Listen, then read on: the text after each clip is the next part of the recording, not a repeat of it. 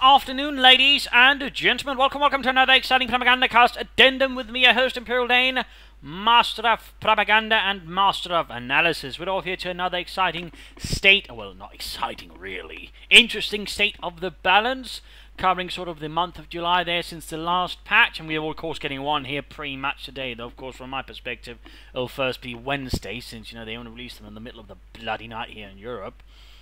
And of course today tomorrow, of course, there'll be a video sort of detailing that patch, all the changes they've made there, and sort of my thoughts on how that'll probably go out. But sort of how have things sort of gone since the previous patch. I mean, there's been sort of some interesting changes. There's another game, though, of course, perhaps not quite as earth-shattering. In some cases, people sort of tend to go back to what works for them, what is comfortable in some sense. But for the Soviets, I mean, there's been a lot less reliance on call-ins. There's IS-2 usage, for example, has dropped. IS-Use actually slightly risen a bit, at least in sort of the 1 versus 1 games. Sort of seeing more Lend-Lease and a few other doctrines.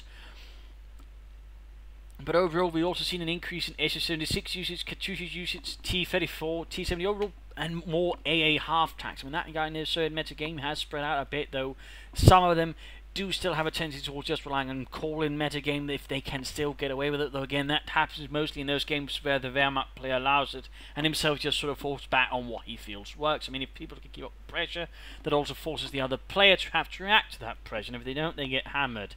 So of course that's one thing to keep in mind there. But overall for the Soviets there has been some changes, not huge earth-shattering change, but there's certainly more play styles now to the Soviets, and that certainly also makes them more interesting to play with and play against. So there has been some change there. To the Americans, I mean, that weren't exactly a lot of changes there. There have been some, but overall most of them still seeing, for example, to a quick lieutenant or captain, though the captain's still sort of overwhelming. Stewart's probably won't be seeing a real comeback until maybe the next patch, but still there are some usage there. Pack counters probably also be there, but of course that's rather the new patch. But overall, not really been a lot of new changes. I mean, the American metagame sort of always tends to sort of swing a bit here and there.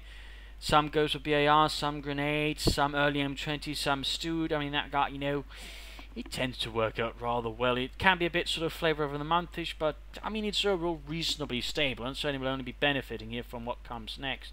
It's more of, suddenly all of a sudden they're all going for one thing, we should be beginning to get worried. So that's rather there. For the Oberkommando West, yeah, pretty much the usual, nothing really changed. There's been a slight increase in some people using Obersoldaten, some increase in Puma usage, but overall it's same stuff, just get loads of infantry, rush for a Lux, maybe a Panther or a King Tiger. Nothing really out in the ordinary, not really in doctrinal usage either.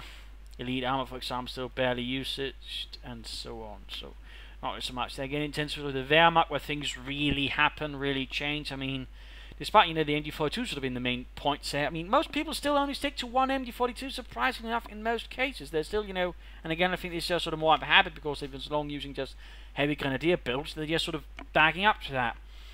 The interesting parts are actually other units that weren't buffed that patch is actually seeing more usage. So I mean, even if we aren't seeing more MG42 usage, which some people have suspected, worried, cried about as they wept into their pillows with star-spangled banners or hammer and sickles or whatever on them, the old MG42s, but interesting enough, that's not really, become the main thing. Interestingly enough, instead, so more sniper usage, for example. I mean, again, the MG42 is allowed for sort of, even as one, just sort of more different playstyles there for the Wehrmacht. So snipers are seeing more usage, sort of as a starter. I'm seeing a lot more snipers being put in. For example, of course, still some people are just going full grenadiers, MG42, and in most cases they're getting sort of hammered forward appropriately. Doctrinally, again, things sort of splitting up there. Some perhaps not as much as they could, but there's some changes there as well. It's tier 2, where there's been sort of a lot of changes sort of in how people play it without tier 2 actually having changed, though. I mean, we're seeing a lot more 251 users. That's the medium half-track. A lot more players using it to support their troops, pushing forward and defending. Even some people actually use the flamethrower half-track, and that's even before it's getting updated here for the patch. So I mean that's quite interesting.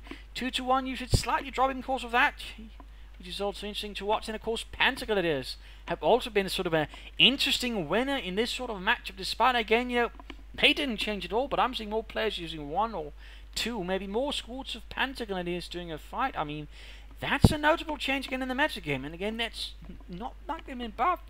Stug usage, some. I mean, they're reasonably effective. They can deal with infantry, they can deal with armor.